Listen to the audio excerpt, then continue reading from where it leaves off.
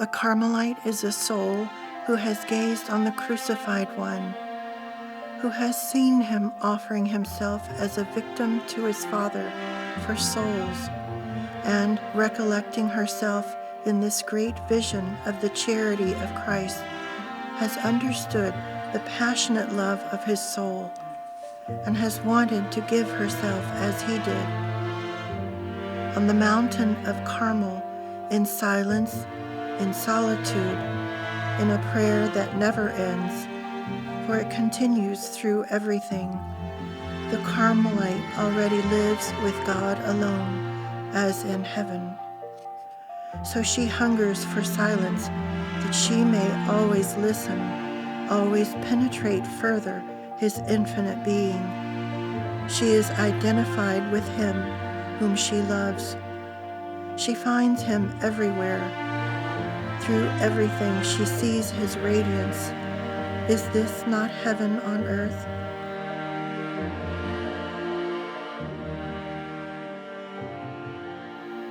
My sisters tell me I had told them early on I was going to be a nun, but I guess I blanked that out when I hit my teens and going to college even.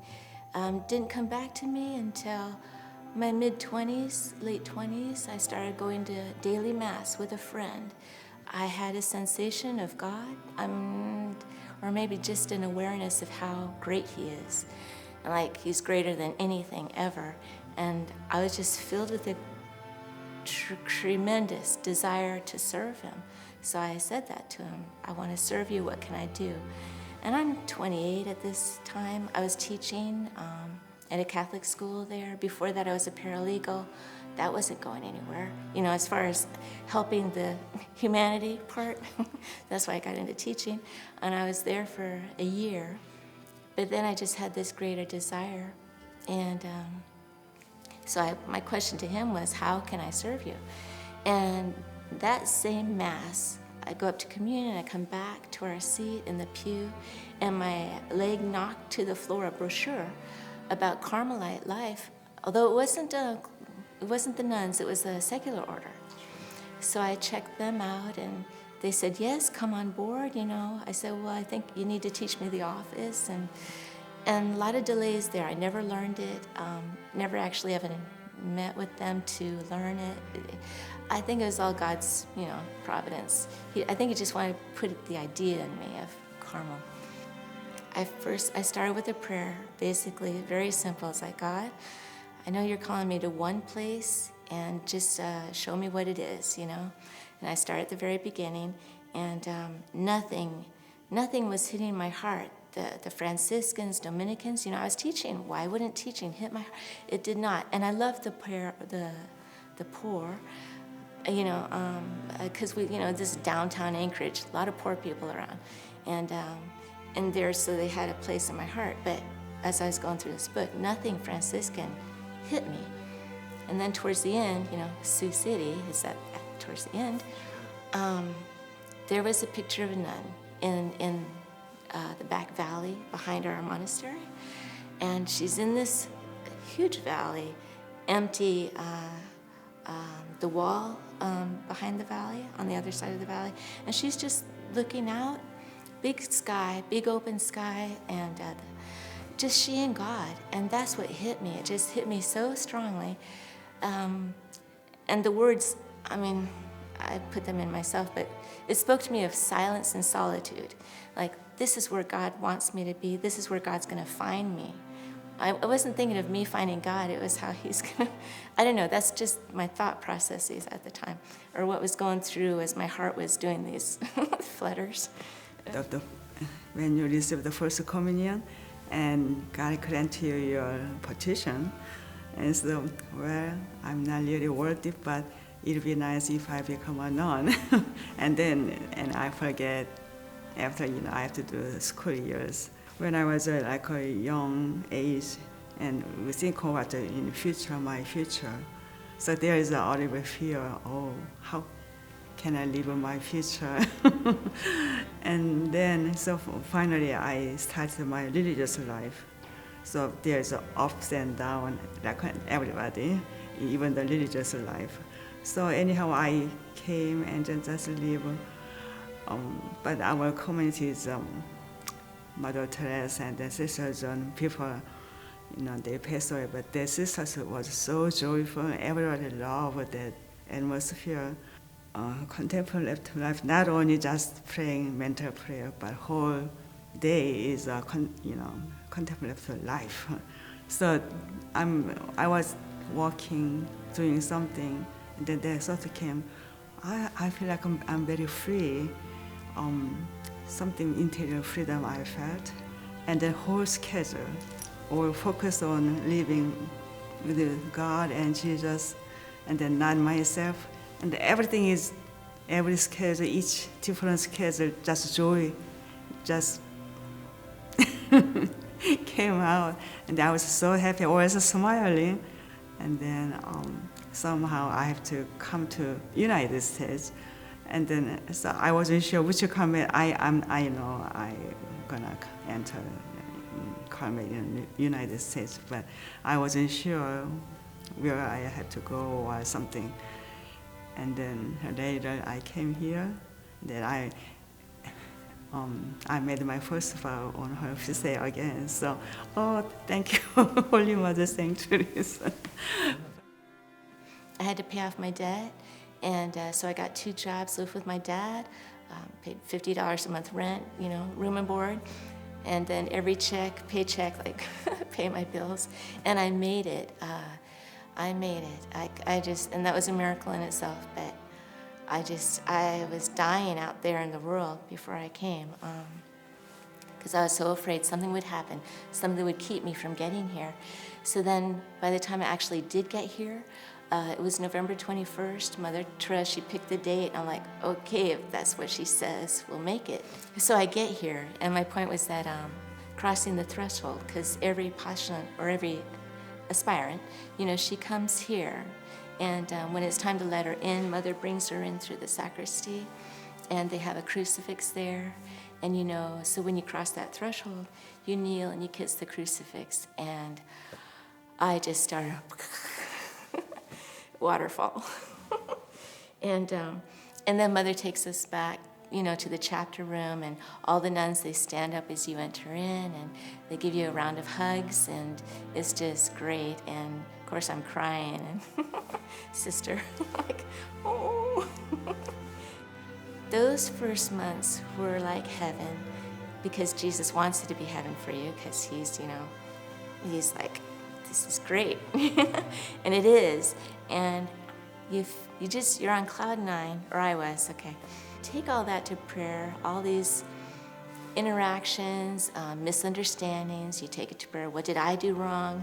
You try not to complain about somebody else, but look at yourself, what did I do to provoke this or that? And so it's a real self-examination, and that's how you really grow, because the more you get to know yourself, the more you get to know what Jesus sees in you. And that's the basis for a relationship, this true, deep, honest assessment, knowledge of one another. I tried going to a Carmelite monastery, but I did not persevere. And I'm convinced that it was because of the enclosure. And I probably from my missionary work, all that time of working in the boonies and hollers of Kentucky and Ohio, I was in the God's gracious, glorious creation most of the time. So I didn't persevere to Carmel my first try. But when I left, I wanted to go back. There was something that was still drawing me. Since I was afraid of the cloister, I tried to be a hermit. So for about 16 months, I was a hermit and persevered that. And so, but then gradually I realized that I needed some incarnational obedience. I was obeying my own rules, and oh my, was I becoming holy. So I left and decided to try Carmel again. And I sat down on the cot, and it said, "Your heart is in Sioux City." I wasn't hearing voices, but it was very clear to me my heart was in Sioux City. And so I called up and said, "Do you have a place for me?" And I've been here ever since. I think that in one sense, deep down in every person, I think there is that desire for simplicity, a desire for oneness, a desire for unclutteredness. And I think that's what we could offer someone in the world today. The freedom. I think all those things that we let go of bring us a real freedom, a simplicity in our own lives to be able to set aside time for God. And so I think it's rare to find a place where a person really experiences that. It's always been my desire here, any time I've been in a position of leadership, I always have greatly desired that the sisters love one another. And this is one of the things that Holy Mother St. Teresa has always spoken about, the three things that she holds dear to her heart are detachment, love of the sisters, and humility. So, yeah, about the charism and the silence and the solitude. That's really it, because you need those two factors. And I think you do that. You can do this in the world, of course, because we have our secular, and that's what they do in the world. You know, they seek that silence and solitude. Not everybody can make it in the cloister. We have some good candidates that come, very promising, but then it's like, I can't take, being in this. I need to get out. It's like, okay, maybe you don't have a vocation to the cloistered life. I guess in my view is that when God is calling you to that deeper intimacy with Jesus, He's giving you a place in which to foster that relationship. He's feeding you, clothing you.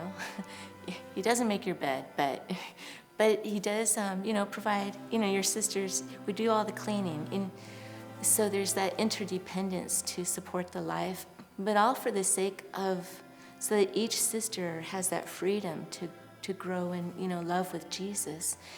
And if you can't take the cloistered life, then maybe you have a calling to the active life. We do have Carmelites that take care of the sick and infirm out in the world. So maybe that's what, somebody might need, something like that. Try not to think a whole lot. Give it over to God. If He's calling you, trust Him to find you the place. There's many different areas we can live out there, but this religious life is really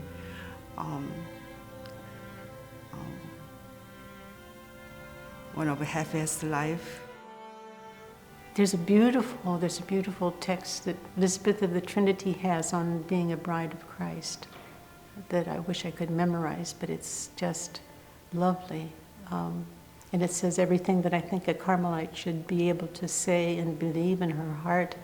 To be a bride means to have eyes only for Him, our thoughts haunted by Him, our heart wholly taken over, wholly possessed, as if it had passed out of itself and into Him, our soul filled with His soul, filled with His prayer, our whole being activated and given.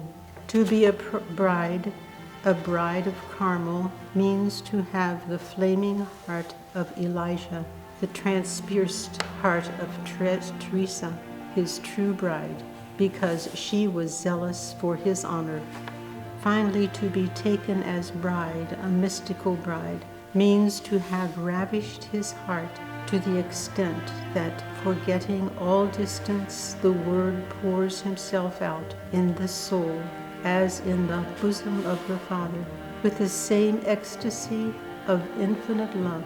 It is the Father, the Word, and the Spirit possessing the soul, deifying it, consuming it in the one by love.